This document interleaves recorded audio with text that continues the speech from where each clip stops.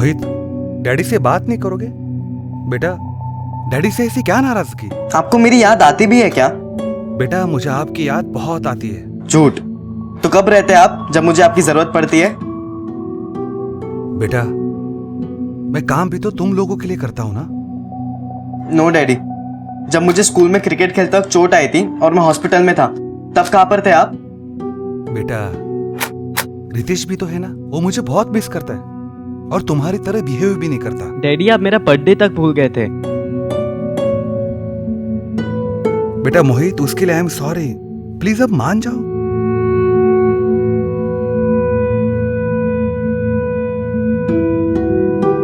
मोहित, अब तो पापा ने सॉरी भी बोल दिया, अब तो मान जाओ। चलो, आप गुस्सा छोड़ो और पापा को हक करो। अरे चलो ना।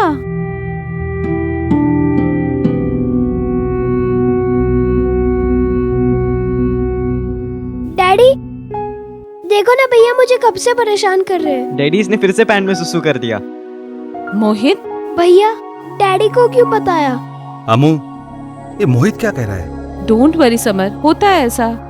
अमू, मैं फ्लाइट के लिए लेट हो रहा हूँ, मैं निकलता हूँ। चलो। सुनिए, हाँ अमू, कुछ दिन और रुक जाते तो। नेक्स्ट ट्रिप में पक्का, ठीक है? Bye, bye. Take care. या मोहित, बाय पापा। Ritesh, bye take care daddy. बेटा, ठीक है? चलो निकलता हूँ। पहुंच के फोन करना। हाँ, करता हूँ। बाय। बाय।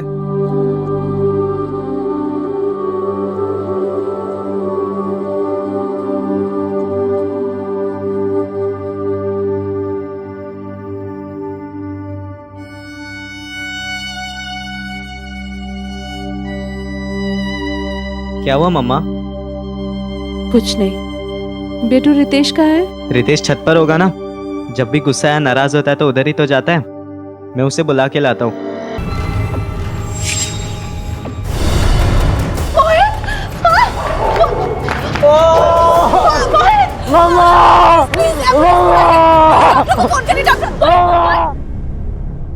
कुछ हादसे अचानक जिंदगी में दाखिल होते हैं और चौंका देते हैं, डरा देते हैं, और कुछ हादसे हमेशा के लिए जिंदगी को बदल देते हैं। क्या मोहित का गिरना महज एक हादसा था, या फिर इसके पीछे कोई ऐसी कहानी थी जिस पर से अब पर्दा हटने वाला था?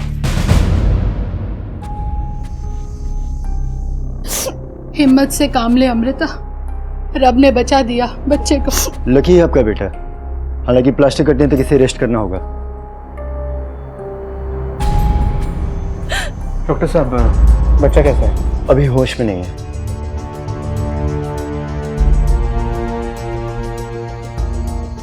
हमें अस्पताल ने इन्फॉर्म किया एक्सीडेंट के बारे में। कैसे गिरा ये? मैं मिसेस कपूर के साथ नीचे बात कर रही थी, तभी मोहित ऊपर से गिरा। लेकिन ये हुआ कैसे? ये छत पे अकेले था या कोई और था इसके साथ? ये मेरा छोटा बेटा है, ये था उसके साथ। बेटा, तुम अपने भैया के साथ छत पे थे? बोलो बेटा। जी मैं वो देखिए, ये बहुत डरा हुआ है अपने भाई के एक्सीडेंट की वजह से, बहुत डरा हुआ है। प्लीज। आपके घर में और कौन कौन है? इनके पापा हैं जो दुबई में जॉब करते हैं, और बाकी हम तीनों के अलावा इस वक्त और कोई नहीं है। बच्चे अक्सर टेरेस पे जाया करते थे। ठीक है, बच्चा होश में आ जाए तो हमें इन्फॉर्म कर देना, हमें इसका बयान लेना होगा।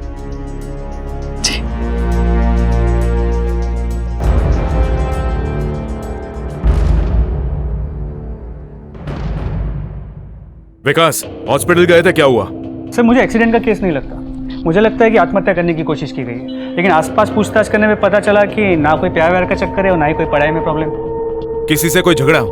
सर, दोनों भाइयों के बीच झगड़ा हुआ था। भाइयों के बीच?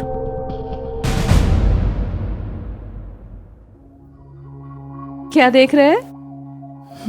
हाँ, अभी कैसा लग रहा है? हाँ, ठीक हूँ मम्मा। अरे ये रितेश कहाँ गया? रितेश टेरेस पर गया होगा, और किधर?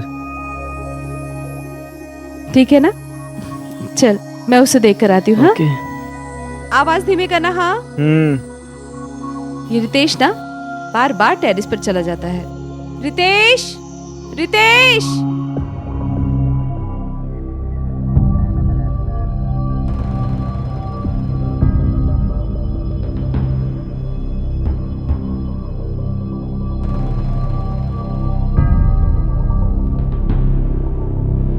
रितेश, कहाँ गया ये लड़का? रितेश, रितेश, रितेश, रितेश,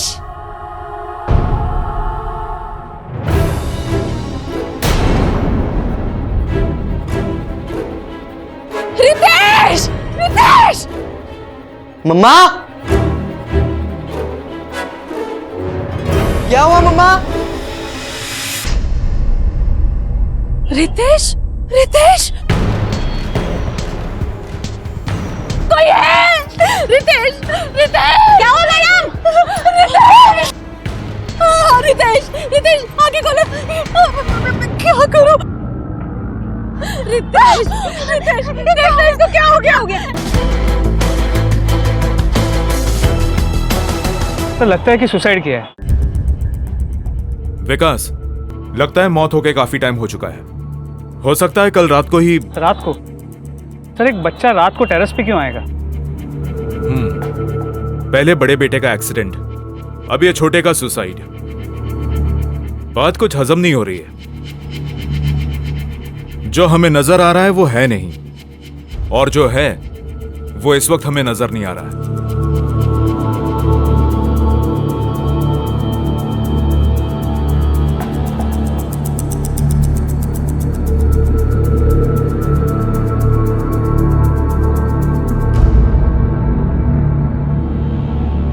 अमृता जी, ऐसा क्या हुआ था कि आपके बेटे ने? इतना सा था वो, जब नर्स ने उसे मेरी गोद में दिया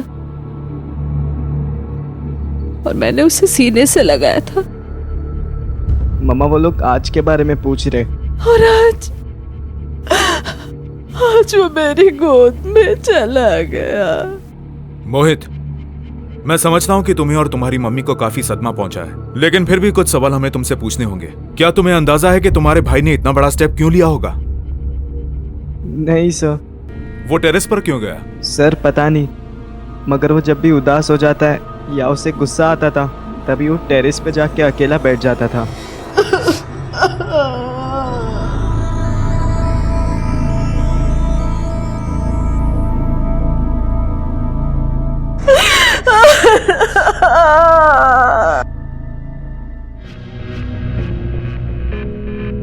सर, रितेश की पोस्टमार्टम रिपोर्ट। सर, इंपॉर्टेंट बात यह है कि रितेश ने मरने से पहले बहुत सारा कफ सिरप पिया था। Cough syrup? जी सर, लिखा है कि एक्सेस डोजेज है। विकास, मतलब बच्चे ने खुद ही कफ सिरप पिया और बाद में खुद ही की कलाई काट ली? ऐसा कैसे हो सकता है? कफ सिरप में अल्कोहल होता है, एक्सेस डोज से गहरी नींद आ सकती है। ऐसी हालत में वो अपनी कलाई खुद कैसे काट सकता है? Right sir. इनफैक्ट बॉडी के पास से जो ब्लेड मिला है उस पर भी कोई फिंगरप्रिंट्स नहीं है, उसे भी क्लीन करके रखा गया है। मतलब साफ है विकास, ये सुसाइड नहीं है, ये मर्डर है। कोई हमें मिसगाइड करने की कोशिश कर रहा है। शांत हो जाओ अमृता, शांत हो जाओ। जैसे ही मुझे पता चला, मैं अगली फ्लाइट पकड़ के वापस आ गया। रितेश की बॉडी में कफ सिरप के ट्रेसेस मिले हैं। उससे किसी ने इतना कफ सिरप पिलाया जिससे उसे गहरी नींद आ जाए, और फिर इस तरह से मारा जिससे ये लगे कि ये सुसाइड है। लेकिन इंस्पेक्टर साहब, उसे कौन मार सकता है? आपके घर में कोई बीमार है? कोई कफ सिरप लेता है? नहीं सर। हमें आपके घर की तलाशी लेनी है। विकास सर, दुबई में क्या काम करते हैं आप? Sir, I am a civil engineer. मैं दुबई में अनम कंस्ट्रक्शन में काम करता हूं। ये आपके फादर हैं? जी हाँ, तीर्थ यात्रा के लिए गए हैं। सर, कुछ नहीं मिला। साहब, यहाँ पर भी कुछ नहीं मिला।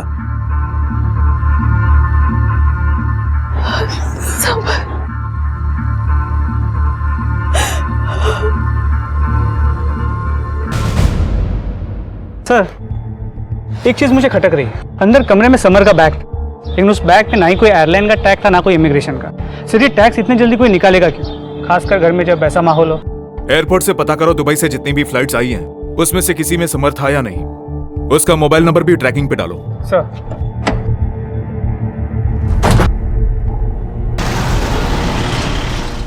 सर, मैंने एयरपोर्ट से कंफर्म किया, आज समर नाम का कोई आदमी दुबई से आया ही नहीं। समर ने जिस कंपनी का नाम बताया था, मैंने वहाँ भी पूछताछ की, उनके यहाँ समर नाम का कोई एम्प्लॉय है ही नहीं। सबसे बड़ी बात, उसके पास 2 नंबर, एक नंबर दुबई का और एक इंडिया का नंबर। सर, उसका इंडिया का नंबर थाने एरिया में एक्टिव था, और वो एयरपोर्ट से नहीं, थाने से टैक्सी लेकर आया था। थाने की उसी एड्रेस पे उसका टैक्सी बुक हुआ था। जरा जास्त होशियार है समरलाल, इसके थाने के एड्रेस पे चलते हैं।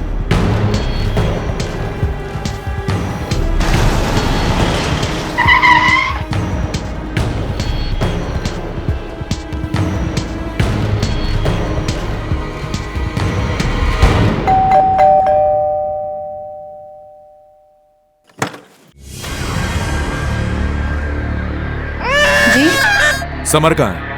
यहीं पर है या दुबई में? झूठ बोलने की कोशिश मत करना। क्या रिश्ता है तुम्हारा समर से? मैं उनकी वाइफ हूँ।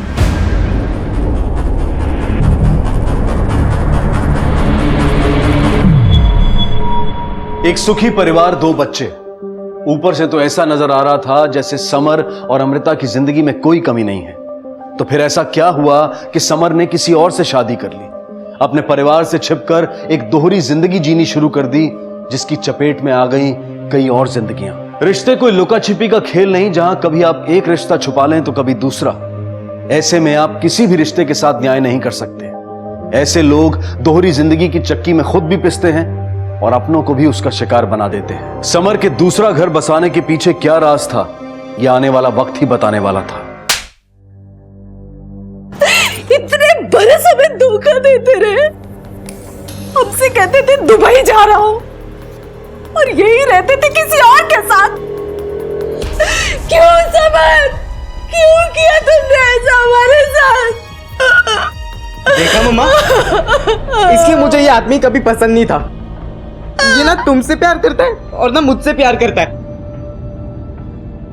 विकास, पर अब टेंशन मत लो, मैं आपके साथ हूं।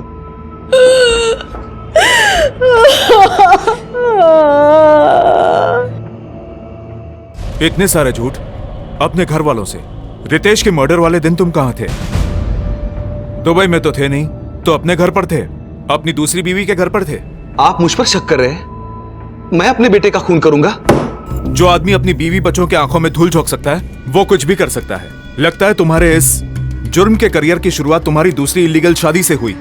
हो सकता है तुम्हारे छोटे बेटे को तुम्हारी इस दूसरी शादी के बारे में पता चल गया हो। मैं मानता हूँ मैंने दूसरी शादी की, घर वालों से झूठ बोला, लेकिन मैंने खून नहीं किया। मैं अपने बेटों से बहुत प्यार करता हूँ। आप चाहो तो रीना से पूछ लो, मैं उस दिन उसी के साथ थाने में था।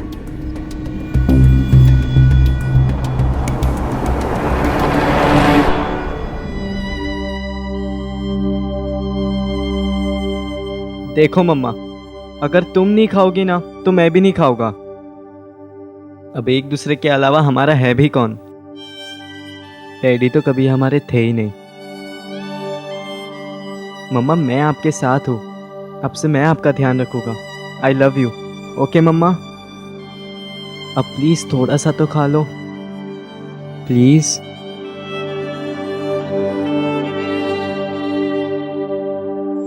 सर, ये कमर है तो बैंक में जो चोरी हुई थी उसके माल के साथ पकड़ा गया।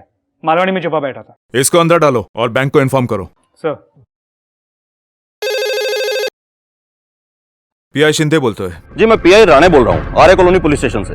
आर्य में एक बूढ़े आदमी की लाश मिली है। बॉडी की हालत बहुत ज्यादा खराब है।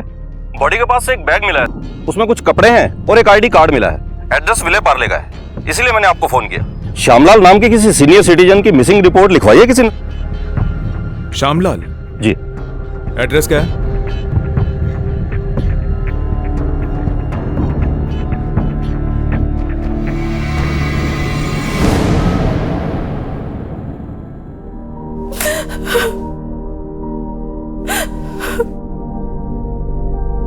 पता नहीं किसकी नजर लग गई हमारे परिवार को। ये सब क्या हो रहा है हमारे साथ? आप तो दूर ही रहिए मेरी मम्मा से। अब आपका हम पर कोई हक नहीं रहा है। श्यामलाल, आपके पिता जो आपने बताया था कि तीर्थ यात्रा पे गए हैं, उनकी लाश मिली है। पोस्टमार्टम की रिपोर्ट के अनुसार उनकी मौत दम घुटने से हुई है और उन्हें भी कफ सिरप पिलाया गया था। आप समझ रहे हैं, आपके बेटे और आपके पिता की हत्या एक ही तरीके से की गई है। किसी की गहरी दुश्मनी है आपसे या आपके परिवार से। आपके ससुर श्यामलाल जब तीर्थ यात्रा पे गए तो टिकट विकेट बुक करवाया होगा ना आपने? दादाजी ने मुझसे ही बोला था टिकट्स बुक करने, और मैं तो उनको बस स्टॉप पे छोड़कर भी आया था। कौन से ट्रैवल एजेंट के पास करवाई थी उनकी टिकट? सर, धाम ट्रैवल्स। ये उनका एक मैसेज भी आया था कि वो ठीक से पहुंच गए हैं।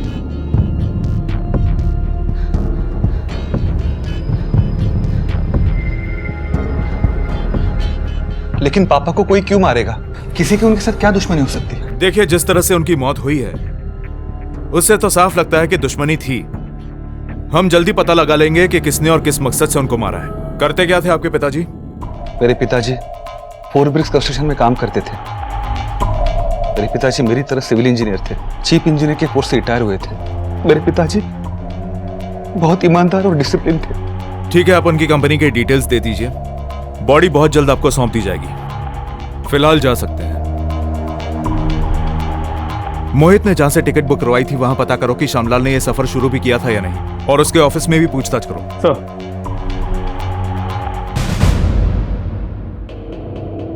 श्यामलाल जी, उनकी तो जितनी तारीफ करो कम है। उसूलों के बड़े पक्के आदमी थे। इस काम में जरा सी गलती हो तो निकाल देते थे। सर, यहां तक कि उन्होंने अपने बेटे को भी निकाल दिया था क्योंकि उसका काम में ध्यान ही नहीं था। सच बता, तूने अपने बाप और बेटे को मारा ना? पहले कफ सिरप दिया और बाद में मार दिया। नहीं साहब, मैं सच बोल रहा हूँ साहब। मैंने आज तक दूसरी शादी करने के अलावा कोई गलत काम नहीं किया साहब। मेरा विश्वास कीजिए साहब।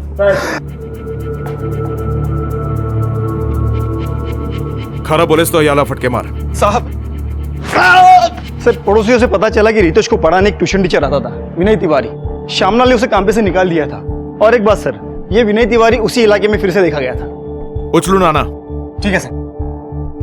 ठीक है, तुम वही नजर रखो।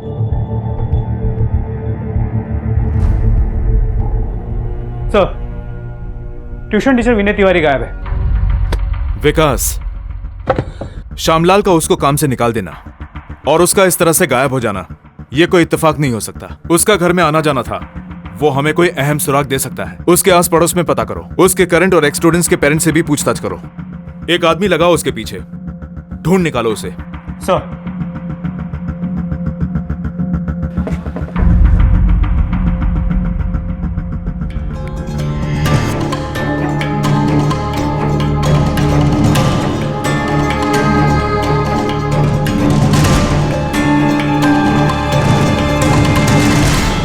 सब कॉलोनी के सारे बच्चों से पूछताछ की, उनके माँ बाप से भी पूछताछ की, यहाँ तक कि अड़ोस पड़ोस के सारे लोगों से पूछताछ की, लेकिन विनय के खिलाफ किसी का कोई कंप्लेंट नहीं। फिर श्यामलाल ने विनय पे झूठा आरोप लगा के उसे ट्यूशन से क्यों निकाला?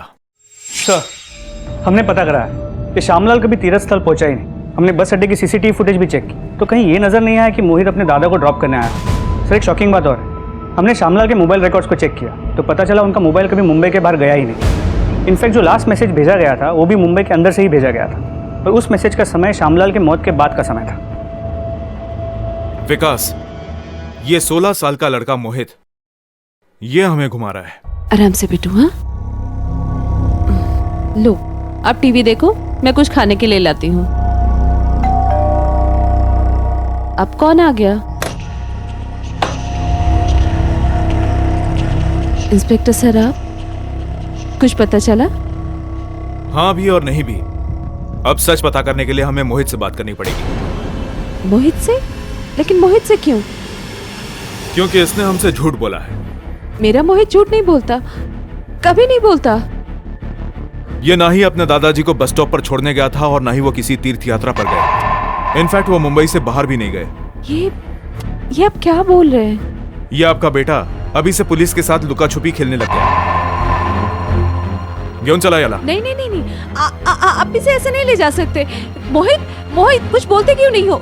मोहित ऐसे चुप क्यों है? आप दूर रहिए। नहीं, आप इसे ऐसे नहीं ले जा सकते। छोड़िए मुझे। एक ही परिवार में 2 हत्याएं हुई। कत्ल के तरीके से ऐसा लग रहा था कि कातिल शायद कोई एक ही है, और पुलिस की नजर में सस्पेक्ट था उसी परिवार का एक 16 साल का लड़का मोहित। क्या एक टीनेज बच्चे ने इतने संगीन जुर्म को अंजाम दिया था? और अगर उसने ऐसा किया था तो फिर वजह क्या थी? अपने दादाजी और अपने छोटे भाई की हत्या करके वो क्या हासिल करना चाहता था? मोहित, तुमने हमसे झूठ क्यों बोला? तुमने अपने दादाजी को मारा है, इसमें हमें कोई शक नहीं है। मोहित बोलो। सर देखो एक खाना खा दे।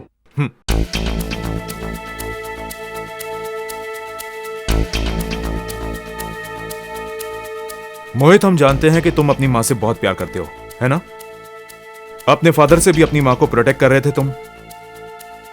बहुत अच्छे बेटे हो तुम, लेकिन तुमने जो किया उसकी सजा किसे मिलेगी तुम जानते हो? तुम्हारी मम्मा को। अगर तुम्हारे हाथों कोई जुर्म हुआ है तो तुम्हारी मां तो अकेली पड़ जाएगी ना। अपनी मां को भी दुखी देखना चाहते हो? नहीं सर, सर पर मैंने जो कुछ भी किया है अपनी मम्मी को बचाने के लिए ही किया है। बचाने के लिए? किससे? डरो मत मोहित, हम तुम्हारे साथ हैं। जो कुछ भी कहना चाहते हो खुल के कहो, किसी से घबराने की जरूरत नहीं। मम्मा के साथ? क्या हुआ मम्मा के साथ? मोहित डरो मत, बताओ क्या हुआ मम्मा के साथ? सर मम्मा बहुत दुखी रहने लगी थी। मम्मा हमेशा रोते रहती थी। सर मैंने मम्मा से कई बार पूछा कि क्या हुआ, लेकिन मम्मा कभी नहीं बताई। फिर एक रात मैंने मम्मा के कमरे से आवाज सुनी।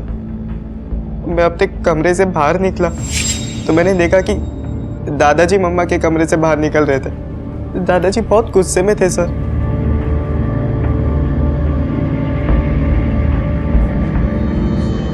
मैं मम्मा के कमरे में गया, लेकिन मम्मा वहां पर नहीं थी। मम्मा वॉशरूम में थी। मम्मा वॉशरूम में रो रही थी। मम्मा, मम्मा दरवाजा खोलो। मम्मा, मम्मा, मम्मा को क्या हुआ? मम्मा, मम्मा बैठो। मम्मा बैठो आप। मम्मा क्या हुआ? मम्मा रो क्यों रहे हो? हाँ? तेरे दादाजी ने, मम्मा तेरे दादाजी ने मेरे साथ मेरा बच्चा।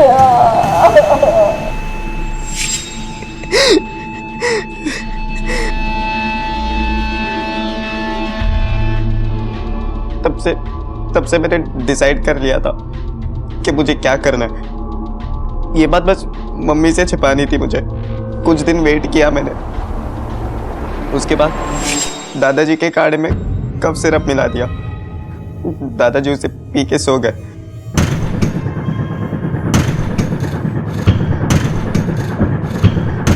उसी रात में दादाजी की बॉडी घसीट कर लेकर जा रहा था, लेकिन मुझे रितेश ने देख लिया। भैया ये दादाजी को क्या हुआ?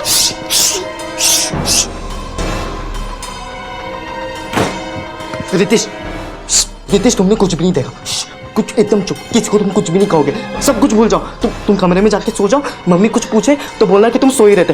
कुछ बोलो मत। तुम जाओ दादाजी! सो जाओ। मुझे कार चलानी आती थी, इसलिए मैंने दादाजी की बॉडी पास के ही जंगल में डंप कर दी और उनका सारा सामान भी वहीं पर रख दिया। तुमने रितेश को डराया, उसे चुप रहने को कहा, इसलिए उसने तुम्हें छत से धक्का दे दिया? या फिर किसी को सच पता चलने के डर से तुमने सुसाइड करने की कोशिश की? नहीं सर, उस दिन जो भी हुआ था वो एक्सीडेंट था। सर मैं रितेश को छत पर मनाने गया था। रितेश चल नीचे, मम्मी बुला रही है। रितेश क्या हुआ है तुझे? तू ऐसे क्यों बिहेव कर रहा है? और अगर तूने मेरी बात नहीं मानी ना तो मैं यहाँ से नीचे कूद जाऊंगा। मैं अपनी जान दे दूंगा रितेश, मैं पहले ही बोल रहा हूँ। रितेश मेरी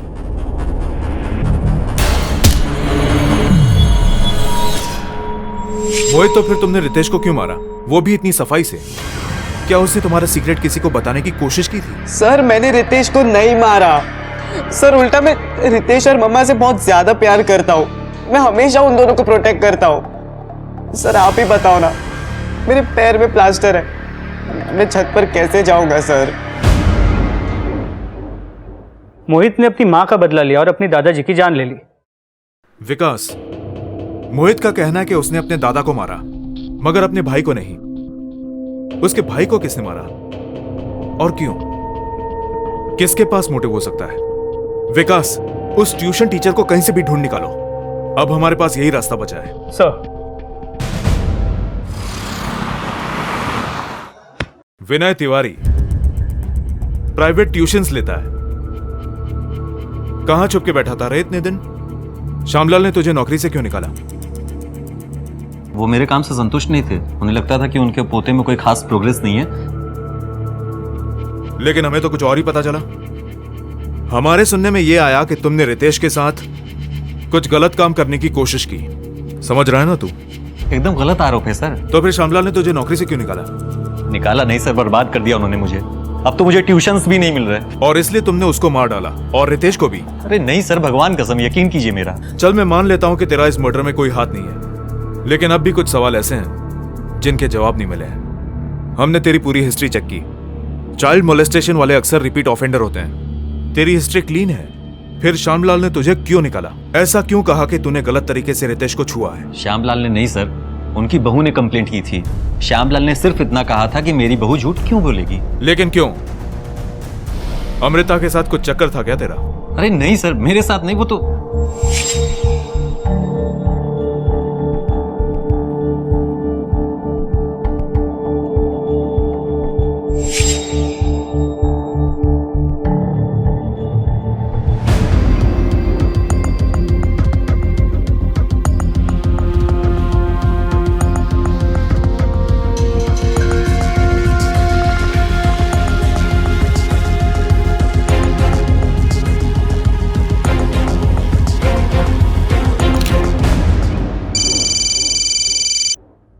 हाँ राणे। सर, विनय राणे बोलते हैं। उन दोनों की फोटो भी मेरे पास है, मैं आपको सेंड करता हूँ। गुड। एक काम करो, आसपास के सभी मेडिकल शॉप्स में जाओ, वो फोटो दिखाओ और पता करो कि कहीं यही आदमी तो नहीं जिसने कफ सिरप खरीदा था।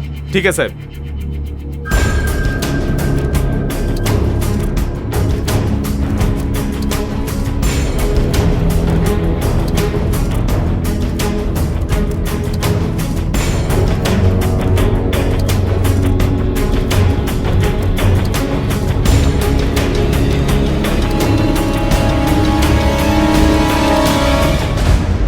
ऋषभ शर्मा कफ सिरप पिएगा? वहीं से मंगाओ जहां से तूने खरीदा था। सर, मैंने तो अमृता के कहने पर। बहुत खुश थी मैं समर और अपने 2 बच्चों के साथ।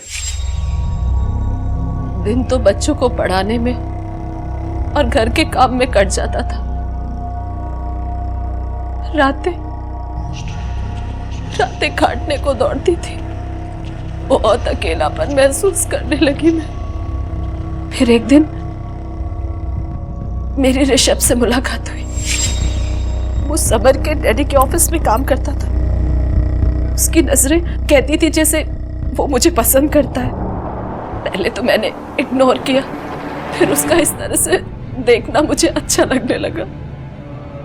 हम अक्सर मिलने लगे, पर एक दिन डैडी ने हमें साथ देख लिया।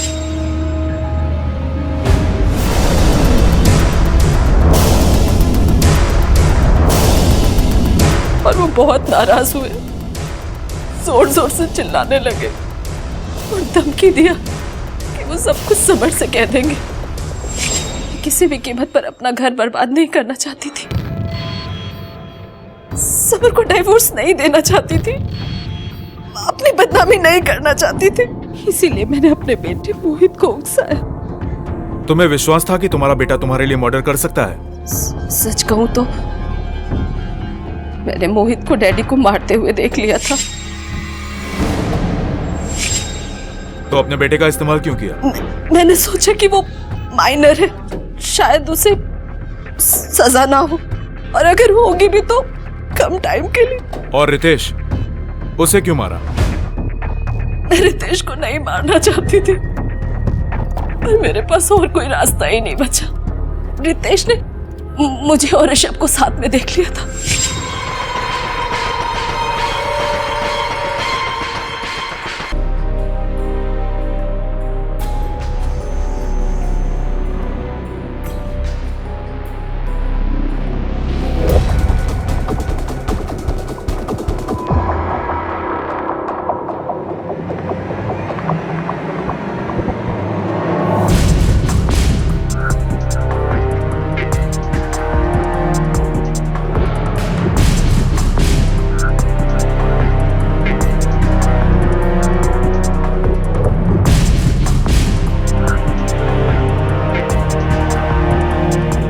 मां शब्द से हमारे मन में एक प्रतिमा उभरती है जिसका स्थायी भाव होता है ममता, और अमृता ने इस प्रतिमा को तोड़ दिया।